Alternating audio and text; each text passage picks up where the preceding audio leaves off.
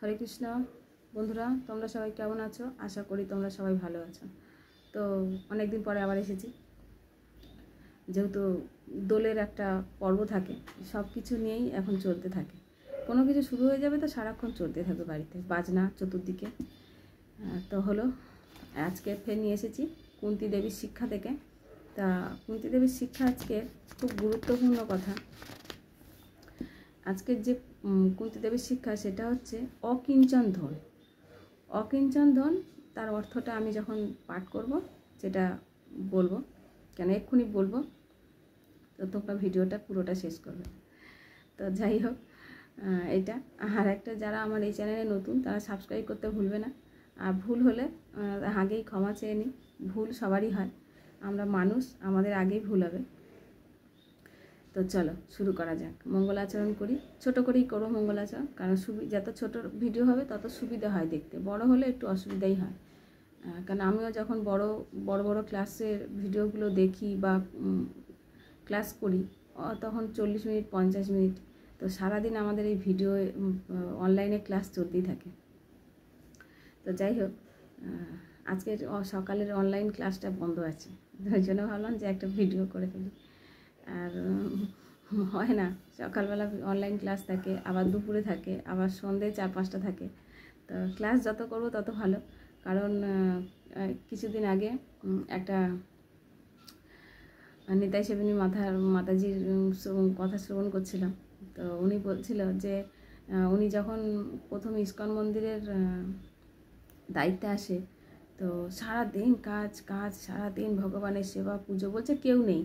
যখন মন্দির প্রতিষ্ঠাটা শুরু হয় তখন মন্দিরে কেউ নেই, একমাত্র উনি ছিলেন, আর এক পূজারী ছিল, আর একজন কর্মচারী ছিলেন। তো সবাই ভক্ত, 3জনই ছিল। তা বলতো সকাল ভোর থেকে উঠে সারাদিন কাজ করছি, সারাদিন। তো অনেক করার পরে যখন এক গুরুদেব ওনার ওখানে আসেন, তখন গুরুদেবকে বলছে, গুরুদেব আমার সময় নেই, আমি একটু সময় বের করতে পারছি না, আমার খুব অসুবিধা হচ্ছে। তো তখন গুরুদেব বলছে, তুমি যে সময়টা পাবে সেটা কোন কাজে লাগাও, কিসের জন্য সময় চাইছো? সময়টা যে আমাদের দরকার, তো কিসের জন্য আমরা চাই, কারণটা কি? তখন মাতাজি অবাক হয়ে গেল, সত্যি তো, আমি সময়টা কিসের জন্য চাইছি, কি করব সময়টা, কোন কাজে লাগাও? তো অনেকক্ষণ ভাবার পরে তখন হলো, না, যে সময়টা আমার পাবো সেই সময়টা আমি কোন কাজে লাগাবো, আমি তো বুঝতে পারছি না। তো এটাই হচ্ছে প্রশ্ন, যখন আমরা সময় পাবো তো সেই সময়টা কোন কাজে লাগাবো? এখন যদি আমি সকাল থেকে উঠে ভগবানের সান্নিধ্যে থাকি, এটা একটা আলাদা অনুভূতি, খুব আনন্দ লাগে। মনে হয় যে আজকের কাজটা আজকে ভগবানের জন্য পরিপূর্ণ করতে পারলাম। আর যদি একটু মিস হয়ে যায়, তখন মনে মনে এটা, যেমনি আমরা মার আর সন্তানের, আজকে ছেলেটাকে ভালো করে খাওয়াতে পারলাম না, এরকমই হয়। তো যাই হোক, চলো সবাই মনোযোগ সহকারে শ্রবণ করো, কারণ কুন্তী দেবীর শিক্ষা থেকে আমরা অনেক কিছুই শিক্ষা পাই। আর আমাদের এই ভক্তি জীবনে অনেক কিছু শিক্ষা আছে আমাদের কুন্তী দেবীর শিক্ষা থেকে।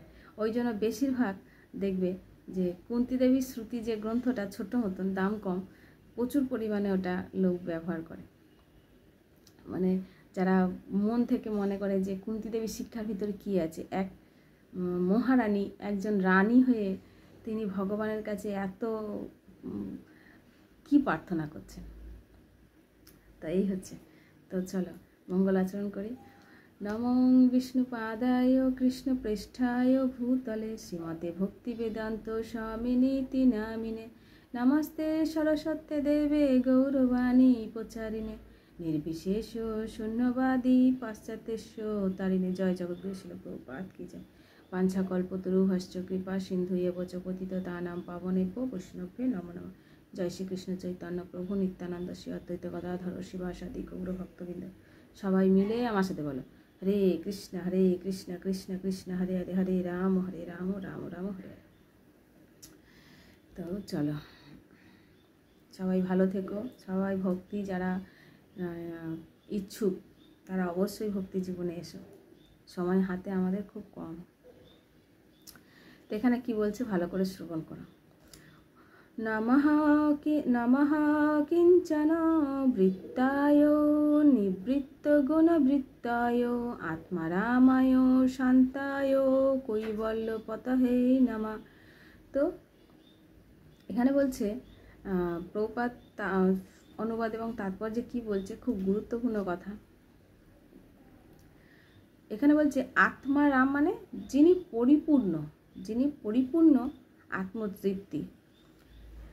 শান্তায় মানে কিছু কিছু মানে বলেছি, শান্তায় মানে যিনি পূর্ণরূপে কামনা বাসনা রহিত হয়ে প্রশান্ত। কৈলব্যপথে মানে মুক্তি দানের সমর্থ। নিবৃত্তি মানে সর্বত্রভাবে জড়া প্রকৃতির গুণের অতীত। মানে কিছু কিছু জিনিসের মানে খুব আমাদের গুরুত্বপূর্ণ। তো চলো অনুবাদে কি বলছে। জড় বিষয়ে যারা সম্পূর্ণভাবে নিঃস্ব, তুমি সেই অকিঞ্চনের সম্পদ। কুন্তী দেবী বলছেন, যিনি যার কাছে কোনো টাকা পয়সা নেই, নিঃস্ব, তার কাছে অকিঞ্চনের সম্পদ তুমি প্রকৃতির গুণের ক্রিয়া প্রতিক্রিয়ার অতীত, তুমি সম্পূর্ণরূপে আত্মতৃপ্তি এবং তাই তুমি সর্বপ্রকার নানা কামনা বাসনা রহিত হয়ে প্রশান্ত এবং মুক্তি দানের সমর্থ। তুমি আমাকে আমার সশ্রদ্ধ প্রণতি নিবেদন করি। আমি তোমাকে আমার সশ্রদ্ধ প্রণতি নিবেদন করি। তাহলে এখানে কি বলছে, যখন আমরা সব কিছু হারিয়ে ফেলি তখনই ভগবানকে আমরা স্মরণ করি। তাই কুন্তী দেবী বলছে, আমি তোমাকে প্রণাম জানাই। আমার যা কিছু ছিল যদি আমি ফিরে পাই তাহলে আমি তোমাকে ডাকতে ভুলে যাব। এবার তাৎপর্য প্রভুপাদ কি বলছে, জীবের কাছে যখন কোনো কিছু থাকে না তখন সে মনে করে যে তার সব কিছু শেষ হয়ে গেছে। জীবটা হচ্ছে আমরা মানুষরা। জীব 84 লক্ষই জীব, কিন্তু আমরাই মনে করি। একটা কুকুর কিন্তু মনে করে না, একটা গরু কিন্তু মনে করে না, একটা গাছ কিন্তু মনে করে না। তো আমরাই মনে করি সব কিছু আমাদের শেষ হয়ে গেছে। তাই প্রকৃতির অর্থে জীব কখনো ত্যাগী হতে পারে না, কারণ তার মনের মধ্যে তখন ওটাই আসে যে আমার তো সব শেষ হয়ে গেল। কিন্তু না, ওই সময় মনে করতে হবে ভগবান যখন আমার সব কিছু নিয়ে নিয়েছে, তার মানে ভগবান আমার সঙ্গে আমার হাতটা ধরে আছে। জীব অধিক মূল্যবান কোনো কিছু প্রাপ্তির আশায় নিকৃষ্ট বস্তু ত্যাগ করে। একজন বিদ্যার্থী, এবার কি বলছে শোনা, একজন বিদ্যার্থী শিক্ষা লাভের জন্য তার শিশুসুলভ চপলতা পরিত্যাগ করে। তাহলে এখানে কি বলছে, একজন বিদ্যার্থী যখন আমরা যখন পড়াশোনা করি আর কি, তখন কিন্তু আমাদের ওই শিশুর যে একটা শৈশব কাল, যেটা আমরা তখন ওইটা ভুলে যাই। কারণ ভুলে যাই আমাদের গার্জেন, আমাদের বাবা মা, আমাদের শৈশবটা তখন। এখনকার বাচ্চাদের দেখো একদম ছোট্ট 3 বছর 3.5 বছর, হার্ডলি 4 বছর, এই মোটা মোটা ব্যাগ, মানে বইয়ের ব্যাগ গার্জেন নিতে পারে না, এত ভারী। সেই সব বইগুলো তাদেরকে চাপিয়ে দিয়ে পড়াশোনা করাচ্ছে, কিন্তু ভগবানের কথায় তাদের শ্রবণ করায় না। এটা আমরাই ভুল করেছি, আমরাই ভুল করেছি আজকে। সেটাই বলছে, তখন তার শিশু শৈশবকালটা আস্তে আস্তে বিলীন হয়ে যাচ্ছে। এখানে হচ্ছে ভৃত্য ভালো চাকরির আশায় তার চাকরি ত্যাগ করে। মানে এখানে বলছে ভৃত্য ভালো চাকরির আশায় তার চাকরি ত্যাগ করে। তাহলে ভৃত্য মানে কি, চাকরির আশায়। আমি একটা কম পয়সা চাকরি করছি, তাহলে আমাকে আরও টাকা কামানোর জন্য আমাকে উচ্চ স্তরে উঠতে হবে, কিন্তু সে জানে না আদৌ ওই চাকরিটা আমার থাকবে কিনা। যেমন একটা এক্সাম্পল দিই, এক ভক্ত,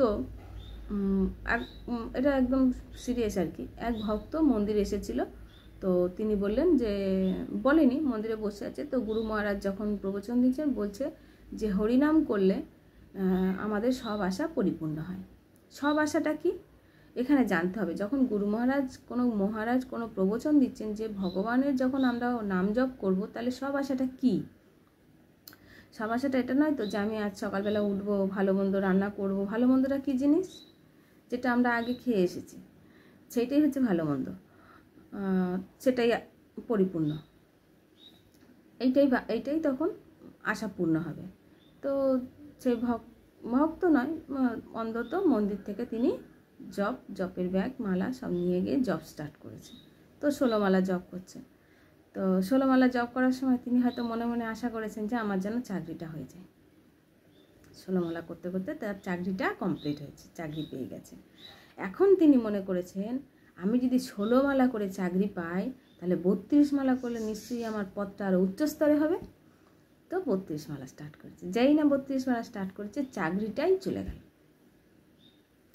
তো এইখানে সেটাই বলছে, আমার গল্প শুনে টিকটিকি ঠিকঠিক করছে। তো যাই হোক, তো এখানে সেটাই বলছে যে ভৃত্য তার চাকরির আশায় তার চাকরি ত্যাগ করে। তখনই তেমনি একজন ভক্ত বিনা কারণে, ভক্ত মানে আমি, আরও ভক্ত আছে, বিনা কারণে এই জড়জগৎ ত্যাগ করে না। সে তা করে আধ্যাত্মিক মূল্যায়নের ভিত্তিতে প্রকৃতির লাভের জন্য এখানে মূল্যায়ন ভিত্তিতে লাভের জন্য। এখানে এবার একটা কিছু ছোট ছোট কথা আছে, খুব সুন্দর এগুলো। অ্যাকচুয়ালি এগুলো আমাদের মূর্খ, তো আমাদের মনে রাখা খুব কষ্টকর, দায়ক। তোমরা যারা শ্রবণ করো তারা নিশ্চয়ই সব কিছু মনোযোগ সহকারে শ্রবণ করো।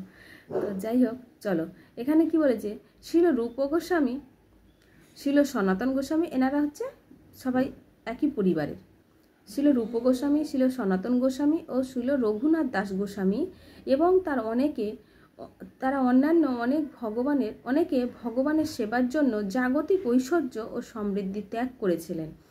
জাগতিক বিচারে তারা ছিলেন অত্যন্ত বড়। শিল রূপ গোস্বামী ও শিল সনাতন গোস্বামী ছিলেন বাংলায় নবাবের মন্ত্রী। তা বাংলায় নবাবের মন্ত্রী, আগে কিন্তু এই পশ্চিমবাংলা আর বাংলাদেশ ভাগ ছিল না, তখন একটাই ছিল। তো সেইখানে বাংলায় নবাব ছিল, তো নবাবের মন্ত্রী ছিলেন সনাতন গোস্বামী এবং শিল রঘুনাথ গোস্বামী ছিলেন তৎকালীন এক বিখ্যাত জমিদারের পুত্র। কিন্তু উচ্চতর কোনো কিছু লাভের জন্য তারা তাদের পূর্বের সমস্ত সম্পদ পরিত্যাগ করেছিলেন। ভক্তরা তাহলে তারা যখন পরিত্যাগ করেছিলেন, কি শুনে পরিত্যাগ করেছে? নিশ্চয়ই এই কুন্তী শ্রুতি, ভীষ্মশ্রুতি, কিভাবে ভগবানকে পাওয়া যাবে। তোমার যখন ধন সম্পদ থাকবে তখন তুমি ওইগুলো নিয়ে তো গর্ব করবে। তো সেই জন্য ত্যাগ করলেই তবেই তুমি ভগবানকে পাবে। তাই বলে এই নয় যে এমন ত্যাগ করে দেবো যে সেটা আমার, যেটা থাকবে ভগবানের সেবায় লাগিয়ে চলতে হবে। এখন যদি এটাই প্রশ্ন হবে, চল দিদি আমি কি সৎ ছেড়ে দেবো, সংসার ধর্ম টাকা পয়সা দিয়ে কি আমি ঘুরে বেড়াবো রাস্তায় ভগবান করে? না, এটা কলিযুগ, এটা হয় না। এটা করতে গেলে আমাদেরকে চাকরিও করতে হবে, আমাদেরকে পড়াশোনাও করতে হবে, আমাদের ভগবানের সেবা করতে হবে, সব কিছু করতে হবে। কিন্তু যেটা করব, যেটা খাবো ভগবানকে দিয়ে খাবো, যেটা পরবো ভগবানের জন্য আগে নেব, তারপরে আমাদেরটা। এটাই, বাজারে যাব ভগবানের জন্য সবজি কিনবো, বাজার করতে গেলে ভগবানের জন্য ফুল কিনবো, যে মিষ্টিটা কিনবো নিজের মনে করবোই না, সেটা ভগবানের জন্য নিয়ে এসে নিজে খেয়ে নেয়। এই হচ্ছে ভগবানকে দিয়ে প্রসাদ পেয়ে যাবো। এইভাবেই চলবে, কোনো কষ্ট নেই এতে। তো সমস্ত সম্পদ পরিত্যাগ করেন। ভক্তরা সাধারণত অকিঞ্চন, কিন্তু ভগবানের শ্রী পাদপদ্মে তাদের এক অত্যন্ত গুপ্ত কোষাগার রয়েছে। শিল সনাতন গোস্বামীর সম্বন্ধে একটি খুব সুন্দর কাহিনী রয়েছে। তার কাছে একটি পরশমণি ছিল। কিছুদিন আগে এই গল্পটা আমি করেছিলাম তোমাদের কাছে। তিনি সেই পরশমণিটা আবর্জনা একটি স্তূপের মধ্যে ফেলে রেখেছিল। এক দরিদ্র ব্যক্তি সেটি প্রাপ্ত হয়, কিন্তু সে ভাবতে শুরু করলো যে এটা যদি এত মূল্যবান হয় তাহলে এখানে এই যে ইনি সনাতন গোস্বামী ছিলেন এক অর্থমন্ত্রী, নবাবের, তখনকার দেশের যখন রাজ্যমন্ত্রী এগুলো ছিল, তো উনি অর্থমন্ত্রী ছিলেন, তাই ওনার কাছে একটা পরশমণি ছিল। তো এই হিসেবে তো শিবই পাঠিয়েছিল। এর আগে তো আমাদের কাছে এইটাই জন্য আর বলছি না। আর যদি না শুনে থাকো তো কমেন্ট করো, অবশ্যই পরের কথাতে আমি শুনিয়ে দেবো। তো যেহেতু ভিডিও আমি বড় করতে চাইছি না, এই হচ্ছে। তো অকিঞ্চন অর্থেও এখানে হচ্ছে অকিঞ্চন মানে হচ্ছে নির্ধন। অকিঞ্চন হচ্ছে নির্ধন, যার কোনো সম্পত্তি নেই, অর্থাৎ যার কাছে দেবার মতন জড়জাগতিক কিছুই থাকে না, কিছু থাকে না, তাদেরকে বলা হয় নির্ধন। কিন্তু যখন এই জড়জাগতিক দেবার কিছু থাকবে না, তার কাছে যদি কেউ যায় তো তার কাছে কিন্তু অমূল্য সম্পদ আছে। যেমন আমাদের গুরু মহারাজের কাছে কিচ্ছু বলতে হবে না, গিয়ে শুধু সামনে বসে যেতে হবে, আর মনেও সেটা থাকবে, সেটা চাইতে হবে।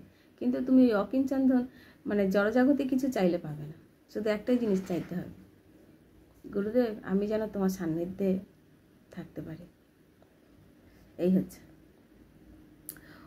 তখন এখানে কি বলছে, কিছুই নেই, প্রকৃতি ভক্ত বা মহাত্মা কাউকে জড়জাগতিক কোনো কিছু দান করেন না, কেননা তিনি সমস্ত জাগতিক ধন সম্পদ ইতিমধ্যেই ত্যাগ করেছেন। কিন্তু তিনি সবচাইতে শ্রেষ্ঠ সম্পদ পরমেশ্বর ভগবানকে দান করতে পারেন। দেখেছ, দান করতে পারেন, কেননা ভগবান হচ্ছেন প্রকৃতি ভক্তের একমাত্র সম্পত্তি। ছিল সনাতন গোস্বামী পরশমণিটি যা আবর্জনার মধ্যে ফেলে দেওয়া হয়েছিল সেটি তার সম্পদ ছিল না। তা যদি হতো তাহলে তিনি সেটি সেই রকম একটি জায়গায় রাখতেন না। নবীন ভক্তদের জন্য এটি বিশেষ দৃষ্টান্ত দেওয়া হয়েছে, যাতে তারা বুঝতে পারে যে জাগতিক ভোগ বাসনা এবং পারমার্থিক প্রগতি একাধারে সম্ভব নয়।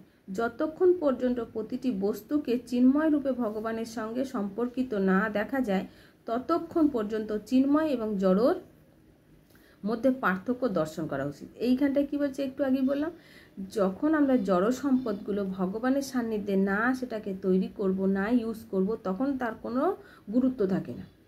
তো সেই জড়জগৎটা কী জিনিস, ঘুম থেকে উঠে জল থেকে শুরু করে অন্ন, সবজি, মিষ্টি, আমাদের পোশাক, যেটি হ্যাঁ এবার পঞ্চ ইন্দ্রিয়, তো এগুলো পোশাকটা কি, পোশাকটা হচ্ছে আমরা যেটা পরিধান করব সেটা পরিষ্কার পরিচ্ছন্ন থাকবে, ভগবানের জন্য নতুন নতুন পোশাক বানাবো, ভগবানের জন্য ফুল নিয়ে আসবো, সব কিছুই সারা দিন আমাদের এই রুটিনটা এইভাবেই চলবে। অনেকজনের যেন আমি অনেকজনের ভিডিও অনেক সময় দেখে ফেলছি, বাচ্চা ছেলেগুলো, আমি বলবো আমার আজের থেকে অনেক ছোট, কি সুন্দর একা পরিবারের মধ্যে থাকে না, নিজেদের মতন ভক্তি জীবন করে, উল্টে চাকরি করে, পড়াশোনা করছে, কিভাবে চালাচ্ছে তারা।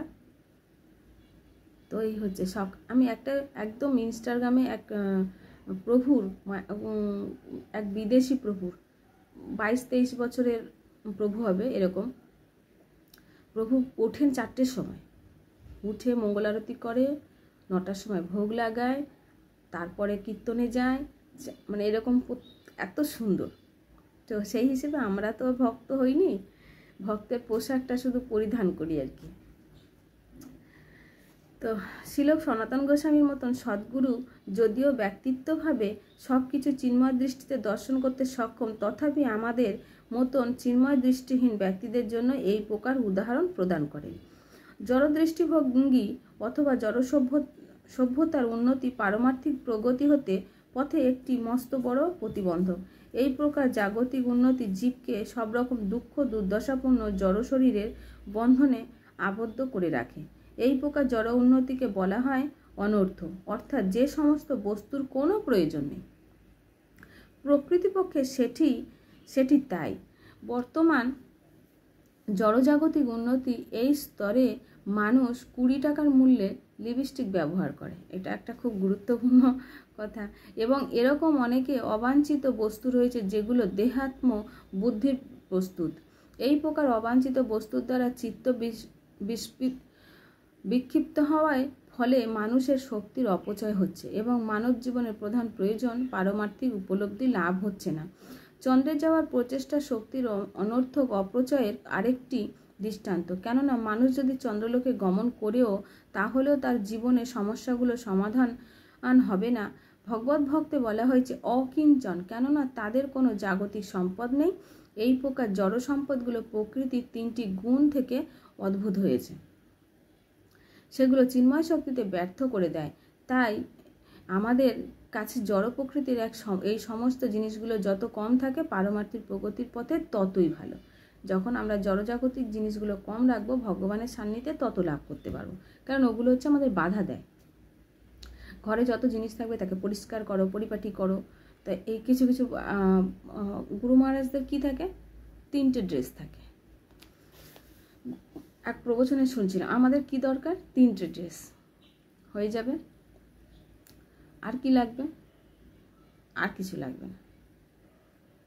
এবারে সংসারে ভগবানের জন্য যেটা লাগে এইটাই, বিছানা একটু কম হলেও চলবে, চলে যায়। আগে মানুষ এইভাবেই কাটাতো, এখন আস্তে আস্তে মানুষের পরিবর্তন হচ্ছে, এইগুলো কিনে ভর্তি হচ্ছে, কিন্তু আমাদের এইটাই হলে হয়ে যায়। তো যাই হোক, এখানে বলছে যেহেতু ভগবান হচ্ছেন তার ভক্তের সম্পদ এবং ভক্তও হচ্ছেন ভগবানের সম্পদ, উভয়ই। তাই ভক্তগণ অবশ্য জড় প্রকৃতির গুণের অতীত, সেটি হচ্ছে স্বাভাবিক দৃষ্টান্ত। এই প্রকার অন্যান্য ভক্তগণ কর্মমিশ্রা ভক্ত এবং জ্ঞানমিশ্রা ভক্তদের থেকে ভিন্ন। ভগবান তার অন্যান্য ভক্ত পরস্পরের প্রতি আসক্ত। অন্যান্যদের কাছ থেকে ভগবানের দেওয়ার বা নেওয়ার কিছু নেই, তাই তাকে বলা হয় আত্মারাম, অর্থাৎ যিনি আত্মতৃপ্তি করে। আত্মারাম হওয়ার ফলে তিনি অদ্বৈতবাদীদের ঈশ্বর, যারা ভগবানের অস্তিত্বে লীন হয়ে যায়। তাই এই প্রকার অদ্বৈতবাদীরা ব্রহ্মজ্যোতিতে বিলীন হয়ে কোথায় চলে গেল পেজটা, অদ্বৈতবাদীরা ব্রহ্মজ্যোতিতে বিলীন হয়ে যায়। ব্রহ্মজ্যোতিটা কি আর অদ্বৈতবাদীটা কি? অদ্বৈতবাদী হচ্ছে যখন আমরা ভগবানের মানি আবার না মানার মতনই, যে হ্যাঁ পরমেশ্বর ভগবান কৃষ্ণ আছেন, উনি সব কিছু, উনি নিয়ন্ত্রণ, কিন্তু আমরা ওইভাবে চলতে থাকি। ওটা হচ্ছে তখন কি হয়, ওই ভগবানের শরীর থেকেই আমাদের প্রকাশ, তো সেই জন্য সেখানে আমরা ভগবানের শরীরে বিলীন হয়ে যাই। আর যদি আমরা ভগবানের এই প্রত্যেক দিন এই জড়জগতে যদি আমাদের কর্ম করি ভগবানের জন্য, তখন চিন্ময় জগতে গিয়ে আমরা ভগবানের সান্নিধ্য লাভ পাবো, ভগবানের সেবায় যুক্ত হব। এইটাই তো এটাই আমাদের আশা। যারা গুরু মহারাজরা তারা এখানে যে সেবা করছে, সেই সেবাটাই ভগবানের চিন্ময় ধামে গিয়ে সেই সেবাটা করবে, যার জন্য এই যে 84 লক্ষ জনিতে আর আসতে হবে না। আর যখন আমরা ভগবানের শরীর ব্রহ্মজ্যোতিতে বিলীন হয়ে যাব, তখন আমরা আবার এই 84 লক্ষ জনিতে আবার আসব। পাপ বেশি করলেও আসতে হবে, আর পুণ্যও বেশি করলেও আসতে হবে। পুণ্য বেশি করলে সেরকম শরীর প্রাপ্ত করব, পাপ বেশি করলে সেরকম শরীর প্রাপ্ত করব। এই হচ্ছে জগাই মাদেই ছিলেন যখন নিত্যানন্দ প্রভু গৌরাঙ্গ মহাপ্রভু ছিলেন, তখন জগাই মাদেই ছিলেন। তো জগাই মাদায় আমরা গ্রন্থ পড়ে আমরা কি করি, যে গ্রন্থ পড়ে আমরা ভাবি যে কোনটা পাপ আর কোনটা পুণ্য, কোনটা ভালো কোনটা খারাপ। জগাই মাদায় ছিল সব থেকে নিচু, কোন কাজটা করলে বেশি পাপ হবে সেইটা করত গ্রন্থ পড়ে। তো এই হচ্ছে তফাৎ, কিন্তু তারাই ভগবান তাদেরকে পাল্টেছে। তো ভগবানের অঙ্গজ্যোতিতে লীন হওয়া যায়, কিন্তু ভক্তরা, এই যে আমি একটু আগে বললাম, কিন্তু ভক্তরা ভগবানের চিন্ময় লীলায় প্রবেশ করেন, যাকে কখনো প্রকৃতি বলে ভুল করা উচিত নয়। সেটা কোনো চিন্ময় জগৎ, সেখানে ভগবান সর্বক্ষণ লীলায় মত্ত সেখানে। তো চলো আজকে ভিডিও এই অবধি, তোমরা সবাই মনোযোগ সহকারে শ্রবণ করো। হরে কৃষ্ণ কৃষ্ণ কৃষ্ণ হরে হরে, হরে রাম রাম রাম হরে হরে। জয় রাধা মাধব কি জয়। তো তোমরা কি চাইবে, অকিঞ্চন ধন চাইবে না ধন চাইবে ভেবে, হ্যাঁ হরি বল।